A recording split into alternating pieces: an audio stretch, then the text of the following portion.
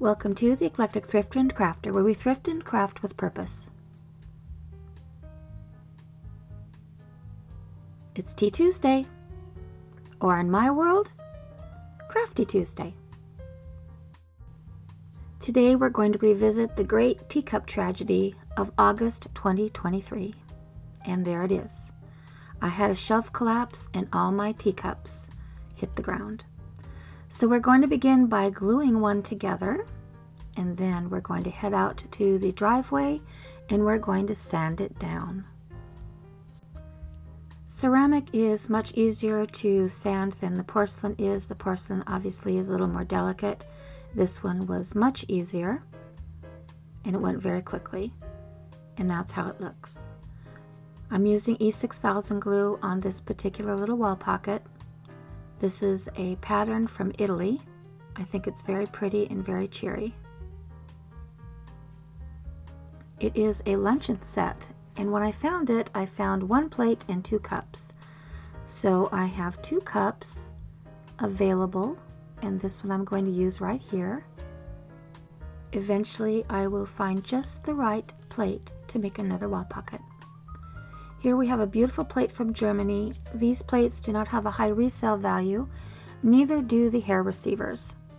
But I thought it was very pretty and I thought the colors went well together. This hair receiver has a huge crack in it. It is unsellable. I did sand down the legs, which this was porcelain. It took quite a lot longer to sand that down. I'm going to just attach it with E6000 glue, and we're going to create a little wall hanging with it. Do allow a good 24 to 48 hours for the glue to thoroughly dry. I know a crafter's life is mostly spent waiting for glue to dry, and it is certainly a lesson in patience. But I think that's very pretty together. Now we're going to put a little bird in there.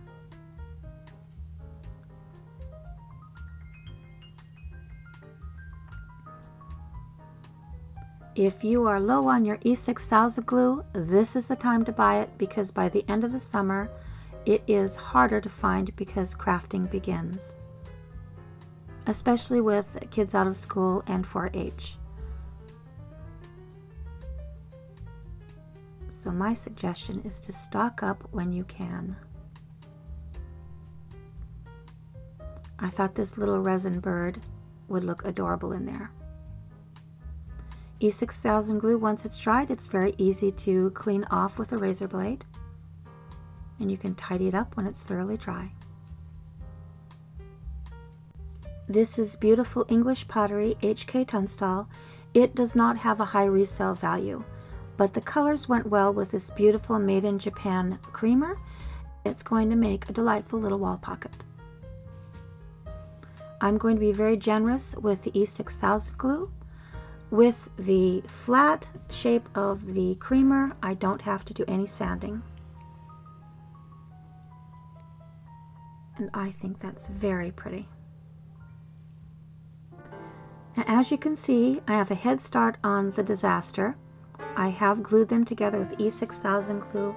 I have allowed them to thoroughly dry, and now it's time to remove the tape and move on to the second stage of the cup project. I went through and I salvaged as many cups as I possibly could. There was only one cup that was broken far beyond recognition. I was determined to get them all reassembled as best as possible and make use out of them. There's no sense in throwing them away when they can be made useful again.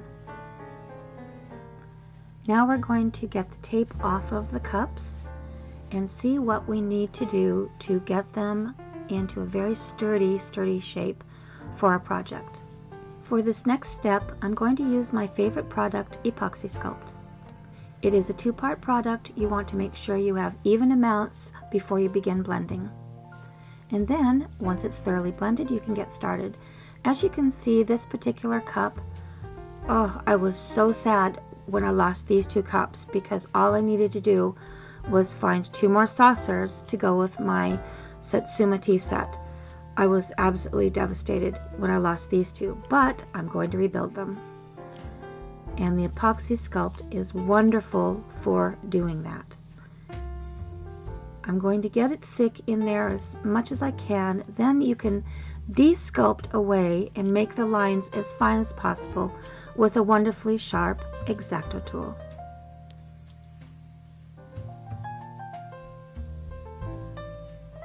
You can do a really good cleanup job and get it looking quite lovely. It's not quite kintsugi, but it's a pretty decent version of it. At least we've salvaged a beautiful item.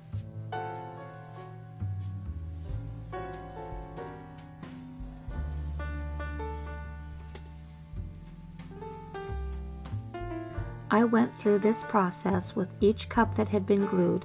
I went over the fine glued lines with epoxy sculpt.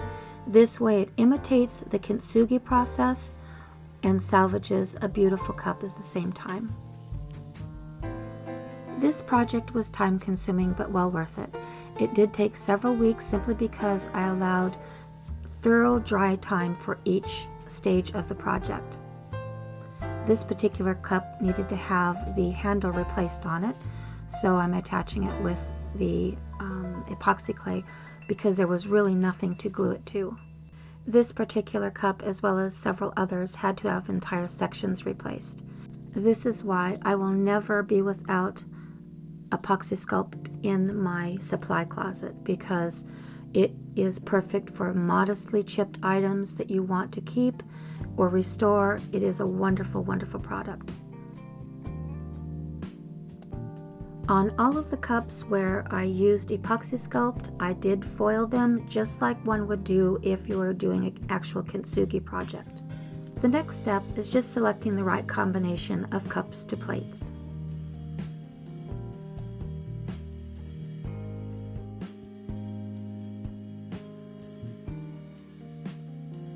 I was unable to complete this wall pocket combination because around this time my belt sander, after 8 years of use, failed on me, so I'll finish it when I find just the right plate for that little Italian cup. As I apply the E6000 glue, you can see just how much cup I had to replace with the epoxy sculpt.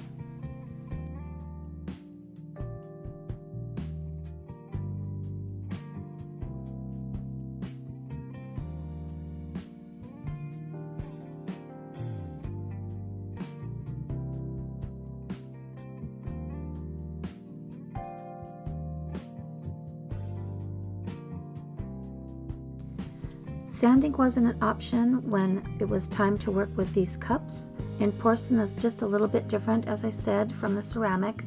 So what I'm going to do is I'm going to attach the cups to the plates in the areas where the cup and the plates meet, and the rest I'm going to be filling in with the epoxy sculpt.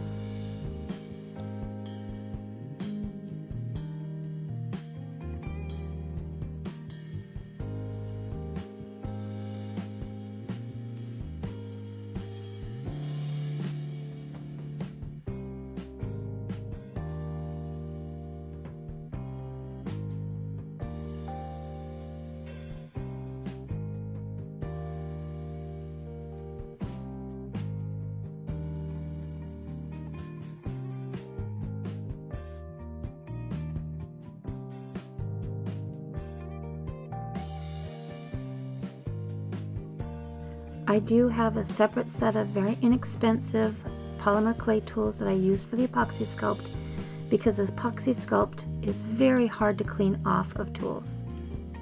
The epoxy sculpt has dried thoroughly, so now we're going to do a little cleanup.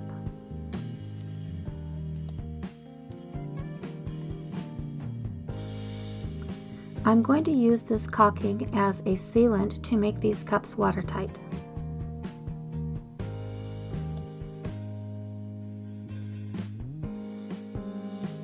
I am coloring the caulking with activated charcoal to make the inside of the cup a dark color. This way, if someone chooses to put real soil in there, it will look a lot neater.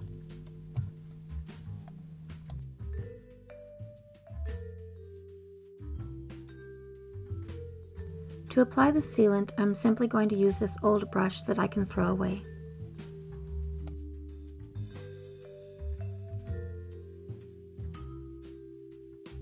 I've taped off the inside of the plate behind the cup. This way it preserves the plate's design.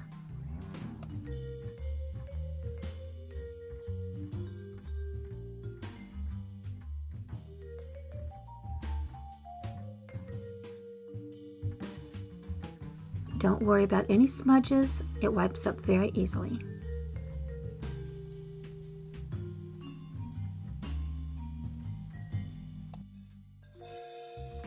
I purchased this lid for $1.99 and I was going to make a wall hanging out of it, but it broke as well.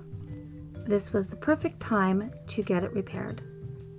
I'm using super glue on this lid rather than the E6000 glue. I wanted to see how well it glued porcelain together. But for a few chips, I did manage to salvage all of the pieces for the lid.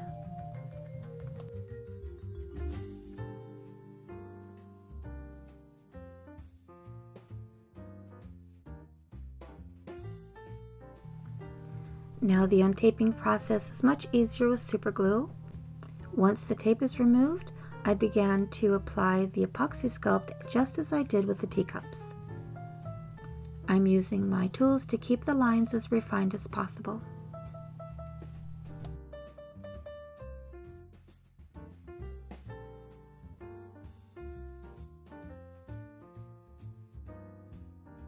I applied the foil and allowed it to dry for several days before setting it free.